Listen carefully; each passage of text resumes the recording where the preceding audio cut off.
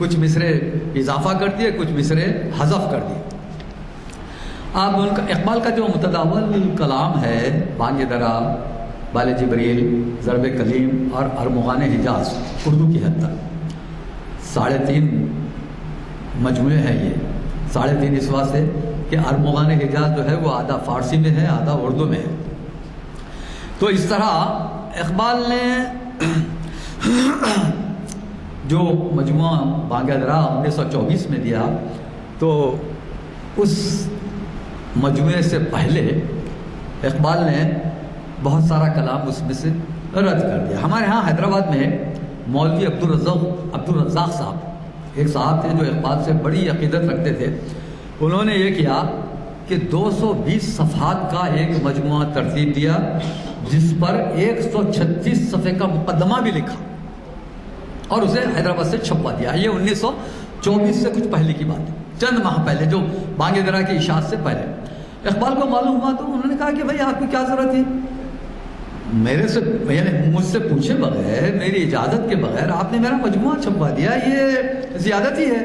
کیوں کہ اقبال اس میں حذف و اضافہ کر کے اپنے طور پہ چھپوانے والے تھے۔ اب یہ صاحب عقیدتاً تو طے یہ پایا، تصفیہ یہ ہوا کہ جو کچھ نسخے جو فروخت ہو چکے ہیں ان کی قیمت اقبال کو دے دی جائے، اور جو نسخے بچ گئے ہیں وہ اقبال کے حوالے کر دیے جائیں، وہ اقبال اس کو رد کر دے۔ ایک اور صاحب احمد دین صاحب تھے، 1923 کی بات ہے۔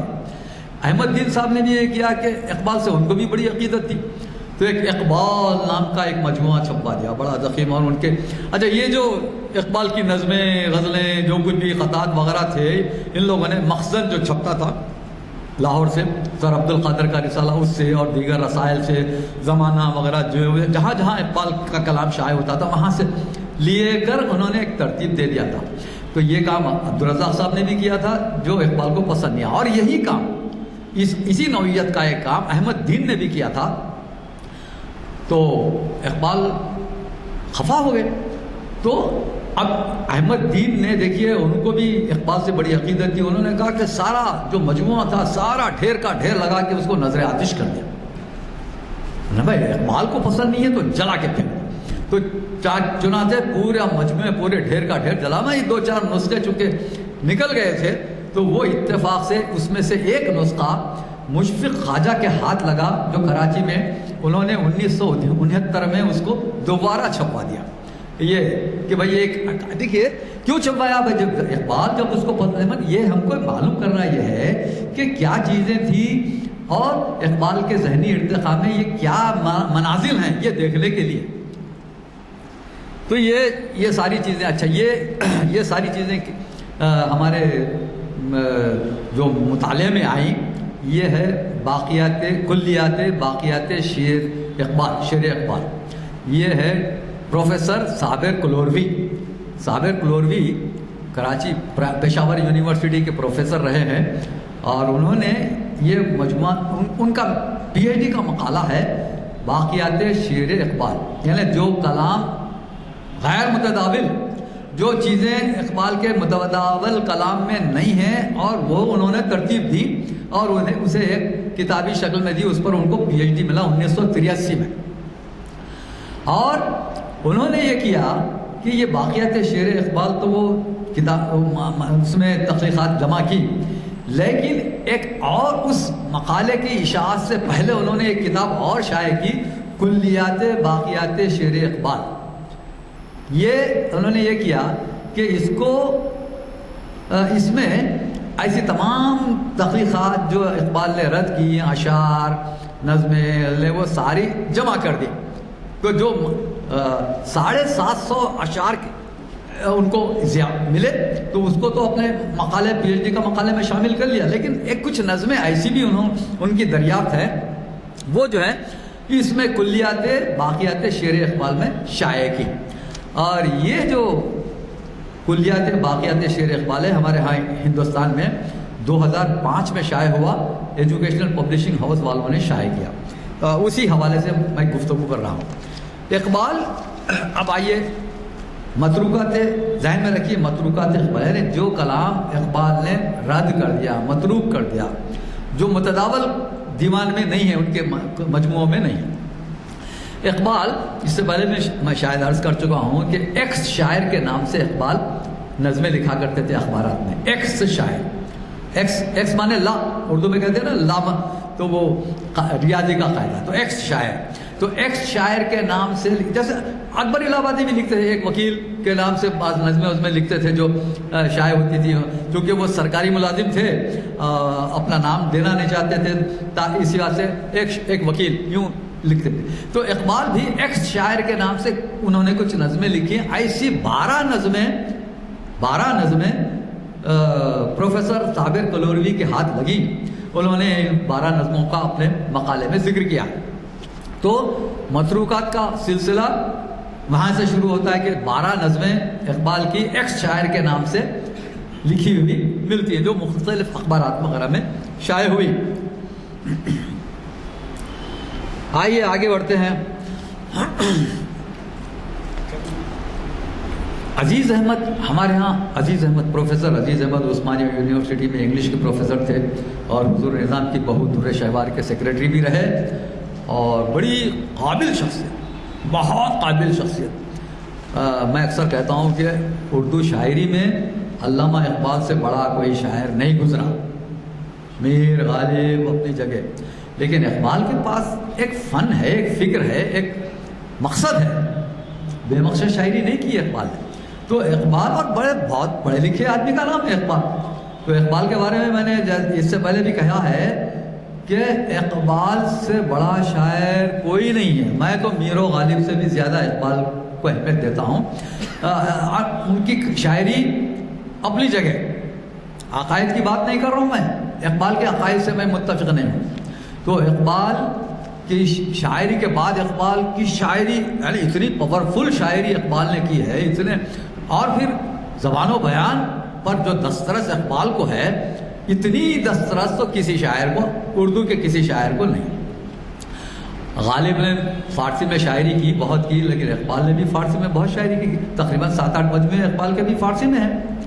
اور میر صاحب بہت اچھے شاعر تھے، اور آپ بے بہرا ہے جو معتقد میر نہیں، اپنی جگہ صحیح، لیکن میر کی جو شاعری ہے اس میں جو کچھ بھی ان کے تجربات ہے وہ اپنی جگہ، مگر اقبال کا معاملہ کچھ اور ہے۔ اب یہ موضوع ایک بالکل الگ ہو جائے گا۔ تو میں عرض کر رہا تھا کہ اقبال سے بڑا شاعر جیسا نہیں ہے، اسی طرح نثر میں پروفیسر عزیز احمد سے بڑا آدمی کوئی نظر نہیں آتا مجھے۔ عزیز احمد، بھائی دیکھیے عزیز احمد کا کیا کارنامہ ہے ہمارے ہاں۔ ہم لوگ اصل میں ہم لوگ کیا ہے معلوم ہے کہ اپنے آدمی کی قدر نہیں کرتے، اور قرآن کہہ رہا ہے وما قدر اللہ حق قدری، اللہ میاں کی قدر نہیں کرتے جیسے کہ اس کا حق ہے، تو آپ کی، ہماری، انسانوں کی، فنکاروں کی کیا قدر کریں گے؟ اور یوں یہ تو ہمارے حیدرآباد کا وتیرہ رہا ہے۔ اب دیکھیے، خیر کچھ شکوا نہیں، لیکن 1 سال کے بعد میں آ رہا ہوں، بیمار تھا، بائی پاس سرجری ہوئی، مگر کسی اللہ کے بندے نے ایک فون کر کے خیریت نہیں پوچھی، چلتا، مجھے بھی کوئی شکوا نہیں ہے، ٹھیک ہے بھائی، میرا معاملہ اللہ کا معاملہ ہے۔ اسأل اللہ العظیم رب العرش العظیم ان یشفی، اللہ بھائی وہ اذا مریض فہو یشفی، وہ بیمار بھی وہی ڈالتا ہے، شفا بھی وہی دیتا ہے۔ البتہ شبیر صاحب فون کر کے خیریت پوچھتے تھے، سوائے شبیر صاحب کے کسی اللہ کے بندے نے کوئی فون نہیں کیا، ٹھیک ہے۔ تو ہمارے ہاں قدر، کسی کی قدر نہیں ہوتی ہے، عزیز احمد کی قدر نہیں ہوئی، ہماری کیا ہے، ہم کس بساط کے آدمی ہیں، ہماری کیا بساط، ہماری کیا اوقات۔ عزیز احمد زبردست بہترین انگریزی داؤں، انگریزی میں جو انہوں نے کتابیں لکھی اس کا ترجمہ ڈاکٹر جمیل جالبی، وائس چانسلر کراچی یونیورسٹی نے کیا۔ عزیز احمد نے جو ناول لکھے آج بھی سنگ میل کا درجہ رکھتے ہیں ناول کی حیثیت سے۔ عزیز احمد نے جو افسانے لکھے، ہاں مدن سینا، اور وہ کئی افسانے ان کے ہیں، بیکار دن بیکار راتیں ان کا مجموعہ ہے، اور بھی ہے۔ تو یہ اس، اور پھر عزیز احمد نے جو شاعری کی، عزیز احمد نے جو نظمیں لکھی، اس پر میں عزیز احمد پر تو خیر پورا ایک لیکچر دے سکتا ہوں، شاید دیا بھی ہے میں، چونکہ عزیز احمد پر میں نے PhD کر رکھی ہے مولانا آزاد یونیورسٹی۔ تو عزیز احمد نے سب سے پہلے علامہ اقبال کی متروک نظموں کا، ان متروک نظموں کو دریافت کیا، سب سے پہلے عزیز احمد نے۔ یہ ان کی ایک کتاب ہے اقبال نئی تشکیل، جو نظامی پریس لکھنؤ سے چھپی، اور یہ کب یہ کتاب کب لکھی گئی ہے؟ 1947 میں، 1947 میں لکھی گئی، جب میں پیدا بھی نہیں ہوا تھا۔ تو یہ اس زمانے کی کتاب ہے، اس میں علامہ اقبال کی متروک نظموں کی کھوج عزیز احمد لکھی۔ اس میں چند نظموں کا حوالہ ہے: کنج تنہائی، دنیا، مفلسی، نوائے غم۔ یہ 4-5 نظموں صرف میں نے نوٹ کی ہے۔ اور دیکھیے آپ، اس موضوع پر ابھی جیسا کہ میں نے ذکر کیا، باقیات شعر اقبال پروفیسر صابر کلوروی کا پورا مقالہ ہے۔ کب چھپا؟ 2005 میں۔ اور عزیز احمد کی کتاب کب کی ہے؟ 1947 کی۔ پروفیسر صابر کلوروی نے عزیز احمد کا کہیں ذکر نہیں کیا۔ پوری کتاب میرے پاس کتاب موجود ہے، پڑھ چکا ہوں میں، اب ظاہر ہے اتنا اسٹڈی کر کے ہی میں بات کرتا ہوں۔ اچھا، گیان چند جین بھائی، ان کی ایک کتاب ہے، عبدالصمد خان صاحب کی کتب خانے میں ان کو ایک کتاب مل گئی تھی، علامہ اقبال کا ابتدائی کلام میں مہو سال، ترتیب مہو سال، یہ ان کی کتاب ہے، 1988 میں چھپی، بڑی ضخیم کتاب ہے۔ علامہ اقبال کا جتنا متروک کلام ہے اس کو سب جمع کیا ترتیب مہو سال کے ساتھ، بڑی محنت کی۔ لیکن گیان چند جین نے بھی کہیں عزیز احمد کا کوئی ذکر نہیں کیا، حالانکہ اس سے پہلے عزیز احمد نے یہ کام کیا ہے۔ تو یہ دیکھیے، یہ بھائی دیکھیے، کسی کا اعتراف کرنا یہ بڑی بات ہے بھائی، ظرف کی بات ہے۔ آپ کے مطالعے میں کیا عزیز احمد کی اقبال نئی تشکیل نہیں آئی؟ کیا گیان چند جین کے مطالعے سے نہیں گزری؟ کیا پروفیسر صابر کلوروی کے مطالعے سے نہیں گزری؟ میں نہیں سمجھتا کہ یہ لوگ ان لوگوں کی نظر سے یہ کتاب نہیں گزری ہوگی، ایسا نہیں ہے۔ اعتراف کرنا نہیں چاہتے، اولیت کا سہرا اپنے سر ماننا چاہتے ہیں۔ چلیے، یہ ٹھیک ہے۔ تو عزیز احمد نے نہ صرف یہ کہ وہ ایسی نظمیں تلاش کر کے بتایا کہ یہ نظمیں اقبال نے رد کر دی۔ اچھا، کیوں رد کی؟ ایک سوال یہ بھی پیدا ہو جاتا ہے، اقبال نے اپنی ہی نظمیں، بھائی اپنی اولاد سب کو عزیز ہوتی ہے نا، اپنے بچے اپنے سب، تو اقبال نے اپنی نظمیں، اپنی غزلیں، اپنے اشعار رد کر دیے، متروک کر دیے۔ کیوں کیے؟ تو عزیز احمد نے اس کا ایک تعویل کی، ظاہر ہے اقبال سے تو وہ پوچھ کے نہیں بول رہے ہیں، اپنے طور پہ انہوں نے تعویل کی کہ ایسی نظمیں جہاں مذہب یا ملی تصور سے براہ راست تضاد پیدا ہوتا ہے، اسے رد کیا۔ مذہب و ملت سے تضاد پیدا ہونے والی اقبال نے ایسی نظمیں جو بعد میں ان کا نظریہ بدل گیا تو انہوں نے اس کو رد کیا۔ اس پر میں اور آگے گفتگو کروں گا گیان چند کے حوالے سے۔ اور زبان و بیان کی درستی کی خاطر بھی بعض نظمیں رد کر دی۔ دیکھیے، یہ بات ذہن میں رکھیے، زبان و بیان کا دعویٰ کوئی نہیں کر سکتا، کوئی نہیں کر سکتا، چاہے وہ میر ہو، غالب ہو، اقبال ہو، کوئی نہیں کر سکتا۔ کہیں نہ کہیں کوئی جھول رہ جاتا ہے، بھول چوک، آپ اس کو بھول چوک کہہ سکتے ہیں، تسامح کہہ سکتے ہیں، کچھ نہ کچھ لا علمی کی بنیاد پر بھی صحیح ہو جاتا ہے۔ بعد میں معلوم ہوتا ہے کہ بھئی یہ غلطی ہو گئی۔ ایک جوش ملسیانی صاحب، ایک صاحب تھے جو اقبال کے خواجہ تاش تھے، یعنی داغ کے شاگرد جوش ملسیانی بھی تھے۔ جوش ملسیانی، ملی آبادی نہیں، جوش ملسیانی ایک بزرگ تھے جو داغ کے شاگرد تھے۔ علامہ اقبال بھی داغ کے شاگرد۔ تو ذرا پانی دیجیے مجھے۔ تو اقبال کی خامیاں انہوں نے کتاب لکھی۔ تو اقبال کے پاس زبان و بیان کی کہیں کوئی خامی نظر آتی تو اس پر وہ بڑا ایک کتاب لکھ دی انہوں نے، اقبال کی خامیاں، ٹھیک ہے۔ وہ بہت معمولی اعتراضات تھے جس کو اقبال نے نظر انداز کر دیا، مگر کہیں کہیں کوئی بات سمجھ میں آتی ہے۔ تو اقبال کا ایک بڑا فائدہ یہ ہوا کہ اقبال نے ایسے اعتراضات کا بڑا نوٹس لیا۔ انہوں نے کہا کہ ٹھیک ہے بھائی، چلو اس کو مصرع اور اچھا کر دیتے ہیں، یہ مصرع ہے، اس میں کچھ جھول ہے تو اور بہتر کر دیتے ہیں، کیا بڑی بات ہے؟ اتنا بڑا شاعر، اس کے لیے کیا بڑی بات ہے ایک مصرع بدل دینا؟ تو اس طرح اقبال کو فائدہ ہوا۔ ایسے ناقدین سے اقبال کو فائدہ ہوا تو زبان و بیان کی درستی کی خاطر بھی بعض نظمیں، بعض اشعار اقبال نے بدل دیے، متروک کر دیے یا بدل دیے۔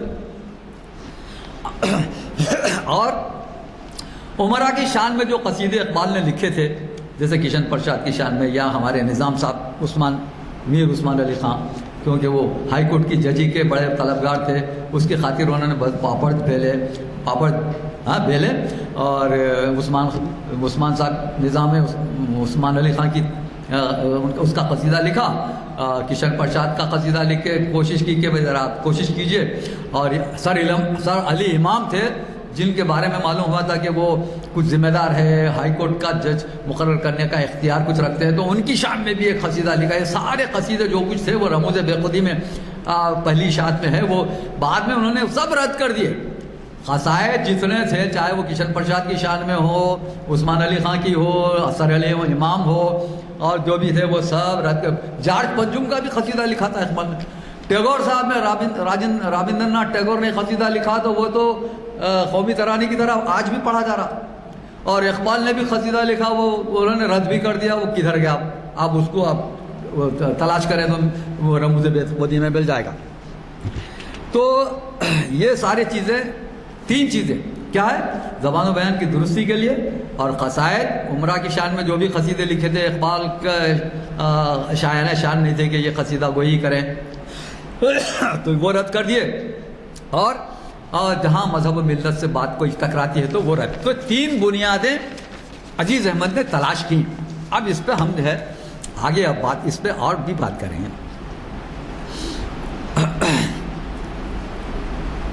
یہ صابر کلوری صاحب کو جیسا کہ میں نے ابھی بتایا 750 سے تقریباً 750 اشعار ان کو ایسے ملے جو اقبال کے کسی مجموعے میں شامل نہیں ہے. تو انہوں نے یہ 750 اشعار اپنے مقالے میں شریک کر کے وہ ان کی بیاضوں سے تلاش، اقبال کی بعض بیاضیں بھی ان کے دستیاب ہوئیں، وہ بیاضوں میں اشعار ملے وہ بھی شامل کر لیے، اور کچھ رسائل و جرائد سے ملے. یہ سارے تحقیق کر کے نکالے وہ اپنے یہ.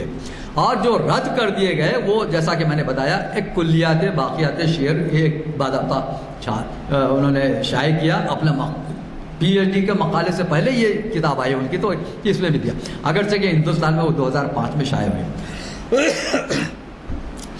اچھا دیکھیے، اب گیان چند جین صاحب نے اپنی کتاب میں 1988 میں کتاب چھپی. کتاب کا نام ہے ابتدائی کلام اقبال برترتیب ماہ و سال. یہ ریسرچ سینٹر ہمارے عبدالصمد خان بہت مشہور، جن کے پاس کتابوں کا بڑا ذخیرہ تھا، کتابیں رسائل وغیرہ بہت بڑا کتب خانہ تھا، انہوں نے وہ بیچ دیا کیا.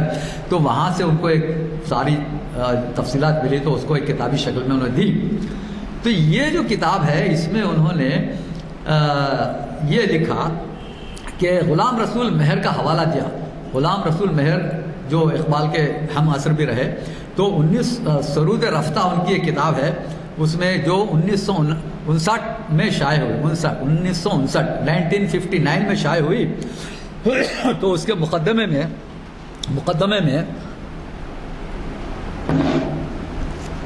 وہ غلام رسول مہر نے ایک تعویل کی کہ بھئی اقبال نے جو نظمیں جو کلام رد کیا اس کا کیا وجہ ہے. تو اقبال نے ان نظموں کو اولاً اس وجہ سے اپنے مستند مجموعہ کلام میں شامل کرنا پسند نہ فرمایا کہ جس زمانے میں بانگ درا مرتب ہوئی، شعر و سخن کے باب میں ان کا معیار بہت بلند ہو چکا تھا اور یہ نظمیں اس معیار پر پوری نہ اترتی. تو یہ بات کہ ان کے معیار سے فروتر ہونے کی وجہ سے وہ اقبال نے وہ نظمیں اپنے مجموعے میں شامل نہیں کی، اپنے مجموعوں میں وہ رد کر دی، متروک ہو گئی. ایک وجہ. دوسری وجہ یہ ہے کہ اقبال صرف انہی نظموں کو محفوظ رکھنے پر رضامند تھے جو تعلیم و تربیت کے لحاظ سے کائنات انسانیت کے لیے مفید ہو سکتی ہے. کائنات انسانیت کے لیے جو مفید ہے ایسا ہی کلام رکھنا چاہتے تھے اقبال. یہ دو وجوہات، دو تعویلات غلام رسول مہر نے بتائی. اب غلام رسول مہر کے اس بیان پر تائید کرتے ہوئے ڈاکٹر گیان چند جین نے اس میں لکھا ہے اپنی کتاب میں، وہ ان کی مرتبہ کتاب جو ابھی میں نے ذکر کیا، اس میں لکھا ہے کہ اقبال نے نہ صرف وہ نظمیں اور غزلیں حذف کی جو معیار فن پر پورے نہیں اترتی تھیں، بلکہ نظموں اور غزلوں کے وہ متفرق اشعار بھی حذف کر دیے جن پر زبان و فن کے اعتراضات کیے گئے تھے. دوسری وجہ اس سے بھی زیادہ اہم ہے، زبان و فن کے جو اعتراضات کیے گئے تھے اس کی وجہ سے بھی رد کیے، یہ ٹھیک ہے. ایک اہم وجہ یہ بھی ہے، گیان چند جین لکھتے ہیں کہ متعدد نظمیں اس لیے ترک کر دی گئیں کہ وہ ان کے بعد کے نظریہ سے ہم آہنگ نہ ہوتی تھی. اقبال کے بعد کے نظریہ سے ہم آہنگ نہ ہوتی تھی، اس لیے بھی اقبال نے رد کر دیا. اب اس پر کچھ گفتگو ہم کرنا چاہتے ہیں کہ معاف کرنا، ہمیں گیان چند جین کے اس خیال سے اتفاق نہیں کہ اقبال نے متعدد نظمیں اس لیے ترک کر دی کہ ان کے بعد کے نظریہ سے ہم آہنگ نہ تھیں. یہ مجھے اس سے اتفاق نہیں ہے. میں دلیل دے رہا ہوں اپنی بات کی. اگر ایسی بات ہوتی تو نیا شوالا بھی متداول کلام میں شامل نہ کی جانی چاہیے تھی. بھئی نیا شوالا جو اقبال کی نظم ہے وہ اقبال کے عقیدے سے، اقبال کے نظریے سے بالکل لگا نہیں کھاتی، وہ کیوں شامل کیا؟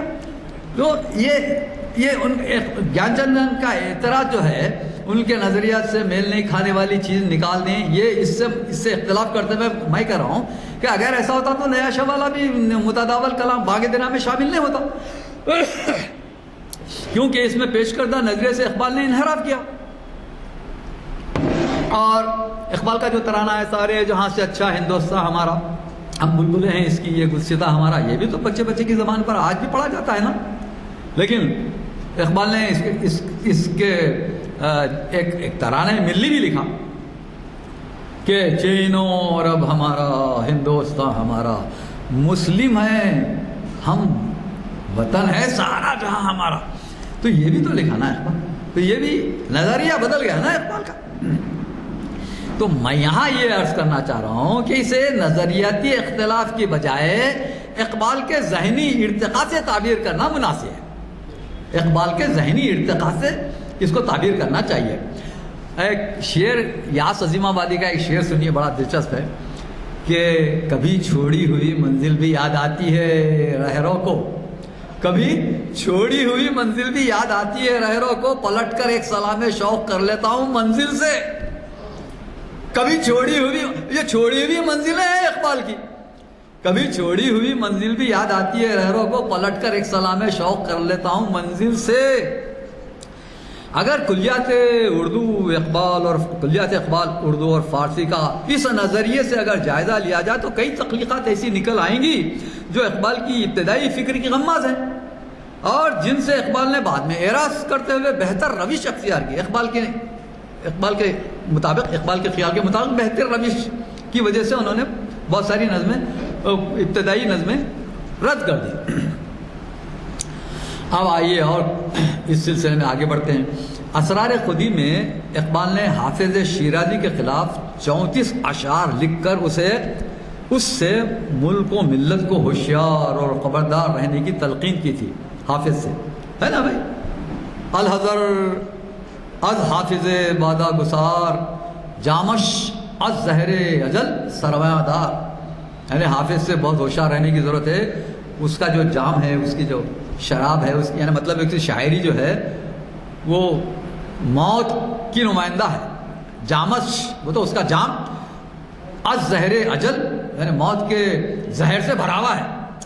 کیونکہ وہ اقبال کے پاس ایک پیغام، ایک یعنی جد و جہد کے آدمی اقبال ہے. حافظ کے پاس وہ نظریہ نہیں ہے. یہ خانقاہی نظام کے جو شاعری ہے وہ حافظ اب اس سے فال نکالتے نا بھائی. اقبال حافظ کے کلام سے انگلی رکھ کے فال نکالی جاتی ہے. ارے فال نکالنا آپ کے پاس کہاں ہے بھائی؟ جو کچھ کرنے والا ہے اللہ تعالیٰ کا، آپ فال نکال کے دیکھ رہے ہیں یہ ہوگا نہیں ہوگا. شگون نکالنا، شگون لینا، فال نکالنا یہ اسلام میں حرام ہے نا. اب حافظ اورنگزیب کے زمانے میں تو حافظ کا کلام، حافظ بیان تھا، ممنوع تھا، کوئی نہیں پڑھنا حافظ کا کلام. ممنوع کر دیا تھا اورنگزیب نے، ممنوع قرار دیا تھا حافظ کے کلام کو. ہے تو یہ اقبال نے جو 34 اشعار حافظ کے خلاف لکھے تھے، حافظ کے خلاف پہلے جو اسرار خودی میں شامل تھے، اور اس پر خواجہ حسن نظامی نے بہت پیچھا کیا، بڑا ہنگامہ کیا کہ بھئی یہ حافظ تو بہت بڑے صوفی شاعر ہیں، وہ فلاں فلاں. اقبال کا بہت پیچھا کرنے سے اقبال نے وہ اشعار نکال دیے. بولے بھائی تو وہ متروک کلام، چونکہ میرا موضوع متروک کلام ہے تو اقبال نے کیا کیا نکالا، تو 34 اشعار اقبال نے متروک قرار دیے، اس کو اگلے ایڈیشن میں شامل نہیں کیا. مگر صاحب اب دیکھیے ہوا یہ حافظ سے تو آپ اس قدر برگشتہ تھے نا، تو عطیہ فیضی کو ایک خط لکھتے ہیں، بعد میں دیکھیں تبدیلی اقبال کے پاس کیسے آئی۔ ہاں، اس عطیہ فیضی اپنی دوست عطیہ فیضی کو خط میں لکھتے ہیں، جب میرا ذوق جوش پر آتا ہے تو حافظ کی روح مجھ میں حلول کر جاتی ہے اور میں خود حافظ بن جاتا ہوں۔ اور یہ کیا ہے بھائی؟ جب حافظ سے اتنے نانا تھے کہ اس کے خلاف لکھے ہوئے اشعار کو رد کر رہے، اب خود حافظ بن جا رہے، یہ کیا ہے؟ یہ ذرا سوچنے کی بات۔ دیکھیے اقبال کوئی آسمان سے اترا ہوا کوئی آدمی نہیں ہے، اقبال کی جو خوبیاں ہے تسلیم، جو خامیاں انسان بشری تقاضے کے طور پر جو بھی ہے اس کا بھی ہم نظر میں رکھیں گے۔ ہم کوئی شخصیت پرستی کے ہم قائل نہیں ہیں، ہاں ہم اقبال کی شاعری بہت پسند ہے، بہت صحیح ہے، لیکن جہاں تک عقائد کا معاملہ ہے ہم اقبال سے متفق نہیں ہیں، میں بار بار کہہ رہا ہوں۔ تو یہ اقبال کی یہ ترقی معکوس ہے، ترقی معکوس ہے نا بھئی، یہ تو اب رد بھی کر رہے ہیں پھر خود حافظ بن جا رہے ہیں۔ اچھا، اقبال کی جیسا کہ میں نے ابھی کہا بڑی دیرینہ آرزو تھی کہ اقبال یہاں ہمارے ہاں ہائی کورٹ کے جج بن جائیں، نظام کے لیے بہت انہوں نے کوشش کی، کشن پرساد نے بھی کوشش کی، بڑا قصیدہ لکھا، سب لکھا۔ اب یہ قصیدہ دیکھیے جو ابھی اس سے پہلے بھی میں شاید پڑھ چکا ہوں، میں ایک آدھ اپنے لیکچر میں، چند شعر سن لیجئے اس کے بھی قصیدے کے، یہ کس طرح، مگر یہ شاعری میں چونکہ جلب منفعت کا معاملہ ہے نا بھائی، ایک ہائی کورٹ کی ججی مل جائے تو کیا اچھا ہے، اس کے لیے کچھ بھی کر سکتا ہے، شاعر ہے اقبال، تو قصیدہ لکھ دیا، قصیدہ لکھنے میں کیا بڑی بات ہے ان کے لیے، بہت دنیا بے شمار شاعری کی انہوں نے، بے شمار شعر لکھے، قصیدہ لکھنا کیا بڑا، نظام کا قصیدہ لکھا، اور نظام کے قصیدے میں کیا لکھا وہ دیکھ لیجیے۔ اے مقامت برتر از چرخ بنی، استو باقی سطوت دین مبین، یعنی تیرا مقام آسمان سے بھی زیادہ بلند ہے۔ نظام صاحب کو چڑھا رہے چنے کے جھاڑ پہ، ہماری زبان دکنی زبان میں تھے چنے کے جھاڑ پہ چڑھا رہے، کیا ہو رہے ہیں؟ اے مقامت برتر از چرخ بنی، استو باقی سطوت دین مبین، یعنی تو تیرا مقام آسمان سے زیادہ بلند ہے اور تیری وجہ سے سطوت دین قائم ہے، دین کی جو شان ہے تیری وجہ سے قائم ہے۔ ذرا دیکھیے آپ، جلوہ صدیق اسمائے تو، حافظ ما تیغ جوشن خائے تو، یعنی تیری پیشانی سے جلوہ صدیق نظر آتا ہے، اور تیری جو تلوار ہے اور جو تیری زرہ ہے ہماری حافظ ہے، ہماری محافظ ہے۔ ذرا سوچیے اب اس پہ میں کیا عرض کروں، نظام نے کبھی کوئی جنگ نہیں کی، زندگی میں کبھی تلوار پکڑ کے کسی میدان میں نہیں نکلے، ہاں اب اس کی تعریف کریں گے کہ تمہاری تلوار اور تمہاری زرہ ہماری محافظ ہے۔ تمہارا صبح قنداں شام ہند، آستانت مرکز اسلام ہند، تیرا آستانہ اسلام کا مرکز ہے۔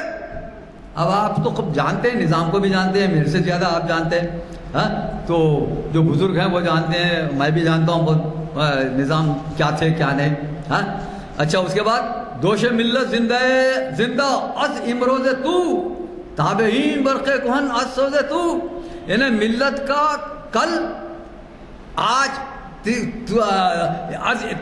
زندہ ہے، کس وجہ سے؟ آج تیرے آج کی وجہ سے۔ اور بندگان ماں تو خواجہی از پے فردائے ماں دیبا چہی، ہم تیرے غلام ہیں، بندے ہیں، تیرے غلام ہیں، تو ہمارا سردار ہے، خواجہ میں نے سردار، تو ہمارا خواجہ ہے، ہم تیرے غلام ہیں، اور ہمارا مستقبل کا دار و مدار تجھ پر ہے۔ از پے فردائے ماں دیبا چہی، تو دیبا چاہے ہمارے مستقبل کا۔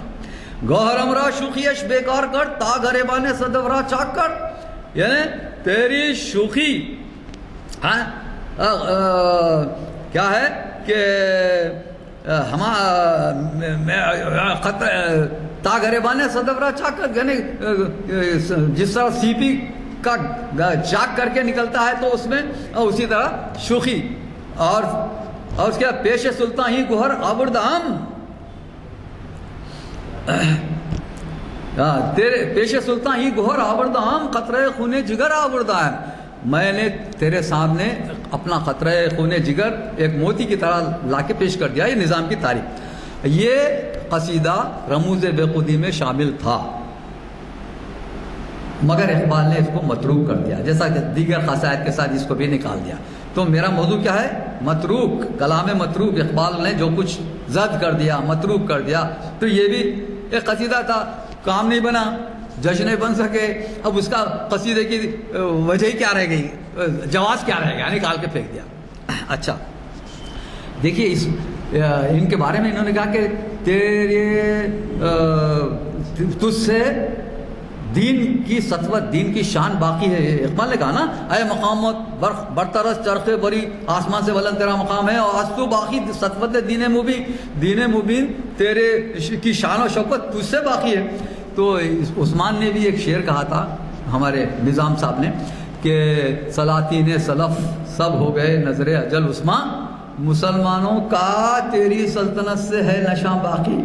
تو جوش ملی آبادی نے کہا مسلمانوں کا نہیں، مسلمانوں سے تیری سلطنت کا ہے نشاں باقی. اس کو راتوں رات جو ہے ملک بدر کر دیا جوش ملی آبادی کو، یہ ذہن میں رکھیے. تو اچھا اب یہ نظام کی تعریف میں اتنا کچھ کہا نا، اس کے بعد جو ہے اپنے عطیہ فیضی کے نام میں خط میں لکھتے ہیں. اب یہ کہ ان کا خط ہے، اقبال کا خط ہے عطیہ فیضی کے نام، کہ کسی ہندوستانی والی ریاست کی قدردانی کی مجھے کیا پرواہ ہو سکتی ہے، جبکہ کوئی اطالوی حسینہ مجھ سے میری نظمیں انگریزی ترجمے کے ساتھ طلب کر رہی ہیں. دیکھیے آپ، انگریزی ایک اطالوی حسینہ ان کی انگریزی نظمیں طلب کریں تو یہ ہندوستانی والی رسالت کی مجھے کیا پرواہ. یہ کیا ہے بھائی، بات سمجھ میں آ رہی؟ آپ کو اگر یہ ہائی کورٹ کی ججی مل جاتی ہے تو یہ لکھتے آپ، ذرا سوچئے. تو یہ ایسی چیزیں ہیں جس پر نظر رکھنی چاہیے. آئیے ابھی ٹائم ہے ہمارے پاس. علامہ اقبال کی تربیت ایک شیعہ مولوی میر حسن تھے نا، ان کے استاد تھے میر حسن، ان کی گود میں ہوئی. تو اقبال کے بعد بھی شیعت آ گئی. یہ کوئی بھائی دیکھیے، استاد کے احترام میں بھی بات چیزیں آدمی سیکھ لیتا ہے نا. تو اقبال نے کہا ہمیشہ ورد زماں ہے علی کا نام اقبال، ہمیشہ ورد زماں ہے علی کا نام اقبال، کے پیاس روح کی بجھتی ہے اس نگینے سے. اقبال کا شعر. اب دیکھیے اگر نگینہ ہیرا، اگر یہ نگینہ ہیرے کا ہو تو چاٹ لینے سے آدمی مر جاتا نا، مگر اقبال کا شعر ہے ہمیشہ ورد زماں ہے علی کا نام اقبال، کے پیاس روح کی بجھتی ہے اس نگینے سے. اور ایک جگہ اور لکھا کہ پوچھتے کیا ہو مذہب اقبال، یہ گنہگار بو ترابی ہے. بو ترابی، حضرت علی کا نام ابو تراب تھا نا، کنیت اللہ کے رسول کی دی ہوئی ابو تراب. تو میں بھی ابو ترابی ہوں. غالب نے بھی کہا تھا نا بندے ابو تراب ہوں، بلکہ ٹھیک ہے آپ کو جانے دیے. تو یہ اقبال نے یہ شعر نکال دیے. اقبال، میں یہ بتا رہا ہوں کہ یہ شعر اقبال کے مجموعوں میں نہیں ہے، یہ نکال دی. متروک کلام یہ نکال دیا اقبال نے. اچھا ایک جگہ اقبال نے کہا تھا کہ لوگ کہتے ہیں مجھے راگ کو چھوڑو اقبال.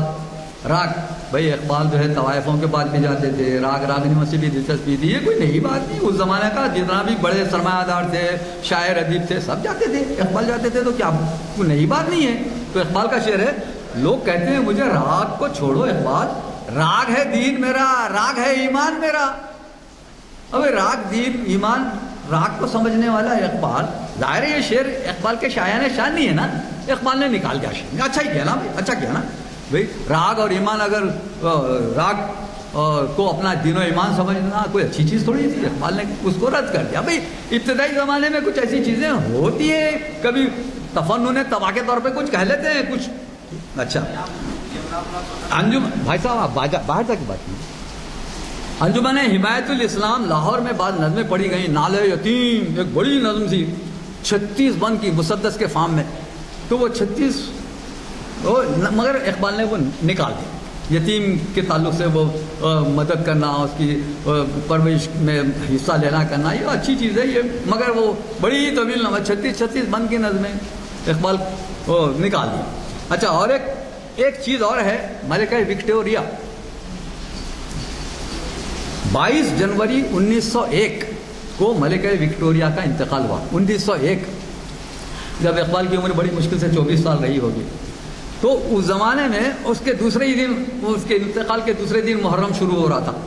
تو اقبال نے اشک خون کے نام سے 110 اشعار کا مرثیہ لکھا ملکہ وکٹوریہ کے لیے. 110 اشعار کا، بڑا طویل. ابھی زبان و بیان پر تو دسترس تھی نا اقبال کو. لکھ دیا، تو ملکہ وکٹوریہ کا قصیدہ لکھ دیا 110 اشعار، قصیدہ نہیں مرثیہ، مرنے پر. ایک یتیم کا خطاب ہلال ہے، اس سے یہ بھی ہے کہ 150 اشعار. ارے بھائی کچھ کام، کچھ مصروفیت اگر نہیں ہے تو شعر کہتے جاتا آدمی، 150 شعر کہہ لے رہا، 110 شعر کہہ لے رہا. بھائی اس زمانے میں کچھ بعض لوگوں کو تو سوائے شعر کہنے کے اور کوئی آتا نہیں تھا. بھائی جیسے ذوق ہے، داغ ہیں، شاہ نصیر ہیں، ان لوگوں کا کام کیا تھا؟ شاعری کرنا ہی تھا نا. کوئی سرکاری ملازم آپ کی ہماری طرح کوئی سرکاری ملازم نہیں تھے، کہیں پڑھانے جاتے تھے، نہ کوئی اور کام کرتے تھے. تو یہ دربار میں بیٹھتے تھے، بس شاعری کرنا تھا ان کا مقصد. اچھا چلیے ٹھیک ہے. اور آئیے ایک چیز اور بتاتا ہوں میں. برگ گل ان کی ایک نظم ہے برگ گل، جو 42 اشعار پر مشتمل ہے. برگ گل یہ 1903 کی لکھی ہوئی نظم ہے. یہ اس کی شان نزول نظم کی یہ ہے کہ علامہ اقبال کے ایک بھائی تھے عطا محمد صاحب، جو برٹش گورنمنٹ میں اوورسیئر تھے، اور کسی وجہ سے ان کو سسپینڈ کر دیا گیا تھا. عطا محمد اقبال کے بڑے بھائی، جو اقبال کو بھائی پیسہ ایسا خوب کماتے تھے. لوگوں نے کہا کہ بھائی کچھ رشوت کا معاملہ تھا، وہ اللہ بہتر جانتا کیا تھا معاملہ، بہرحال سسپینڈ ہو گئے. تو ان کو 1903 میں سسپینڈ ہوئے. تو ان کے تعلق سے اقبال نے ایک نظم لکھی برگ گل. یہ 42 اشعار پر مشتمل ہے یہ نظم. وہ نظم لکھ کے خواجہ حسن نظامی کو بھیجی کہ جاؤ ذرا نظام الدین اولیاء کے مزار پر بلند آواز سے یہ پڑھ دو نظم. ذرا دیکھیے آپ، بلند آواز سے نظام الدین اولیاء کے مزار پہ یہ نظم پڑھ دو تاکہ میرا بھائی بحال ہو جائے، جو ری انسٹیٹ ہو جائے. سسپینڈ ہو گئے تھے نا، تو وہ سسپینڈ کو برخاست کرنے کے لیے نظام الدین اولیاء کے شان میں بڑا زبردست نظم لکھی انہوں نے، 42 اشعار کی. وہ 1903 کی بات ہے. اور 1905 تک جو ہے نا وہ بیچارہ سسپینڈ ہی رہا. 2 سال تک رہ گیا، کوئی کام نہیں ہوا. تو پھر کیا کرے، 1905 میں ایک اور نظم لکھی التجائے مسافر، جو آج بھی وہ بانگے درا میں شامل. یہ برگ گل ریجیکٹ کر دی، متروک. میں دیکھیے متروک، اپنے موضوع سے نہیں ہٹ رہا ہوں میں.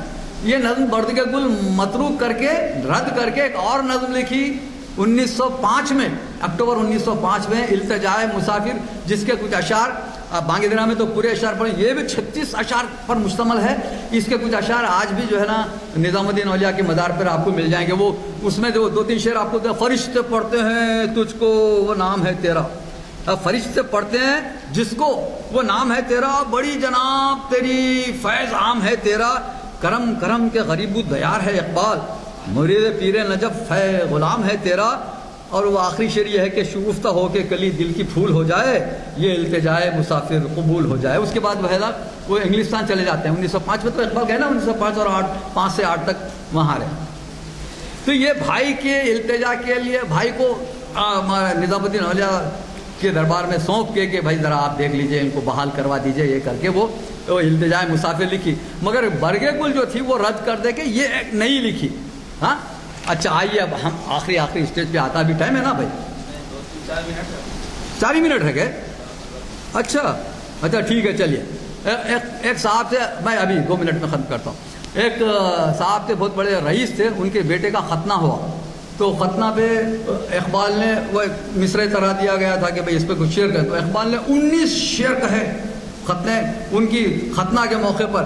اور یہ گلے مضمون ہے، اسے اے اقبال یہ صحرائے ناصر کا، غزل تیری غزل کیا ہے کسی گلچی کی جھولی ہے. وہ ابھی امیر مینائی کا مصرع دیا گیا تھا. وہ آئیے اب یہ سب چیزیں میں اب چونکہ وہ مولانا یہ ہے.